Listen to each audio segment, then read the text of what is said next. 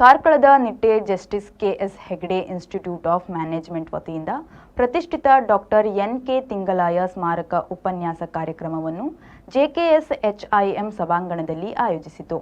ಭಾರತದಲ್ಲಿ ಗ್ರಾಮೀಣ ಬ್ಯಾಂಕಿಂಗ್ಗೆ ಅಗಾಧ ಕೊಡುಗೆಗಳನ್ನು ನೀಡಿದ ಪ್ರಸಿದ್ಧ ಅರ್ಥಶಾಸ್ತ್ರಜ್ಞ ಮತ್ತು ಜೆಕೆಎಸ್ಎಚ್ಐಎಂನ ಶೈಕ್ಷಣಿಕ ಮಂಡಳಿಯ ಮಾಜಿ ಅಧ್ಯಕ್ಷ ದಿವಂಗತ ಡಾಕ್ಟರ್ ಎನ್.ಕೆ. ತಿಂಗಲಾಯ ಅವರಿಗೆ ಗೌರವ ಸಲ್ಲಿಸುವ ಸಲುವಾಗಿ ಉಪನ್ಯಾಸವನ್ನು ಆಯೋಜಿಸಿದರು.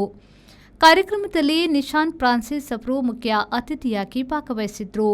ಇದೇ ವೇಳೆ ಅವರು ಫಿನ್ಟೆಕ್ ಮತ್ತು ಡಿಜಿಟಲ್ ಬ್ಯಾಂಕಿಂಗ್ ವೇಗವಾಗಿ ವಿಕಸನಗೊಳ್ಳುತ್ತಿರುವ ಭೂದೃಶ್ಯದ ಕುರಿತು ಮಾಹಿತಿ ನೀಡಿದರು.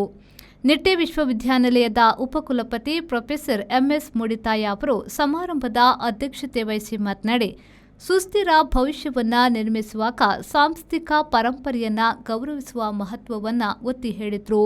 ಈ ಸಂದರ್ಭದಲ್ಲಿ ಜೆಕೆಎಸ್ಎಚ್ಐಎಂನ ನಿರ್ದೇಶಕ ಡಾಕ್ಟರ್ ಸುಧೀರ್ ಎಂ ಸ್ವಾಗತ ಭಾಷಣ ಮಾಡಿದರು.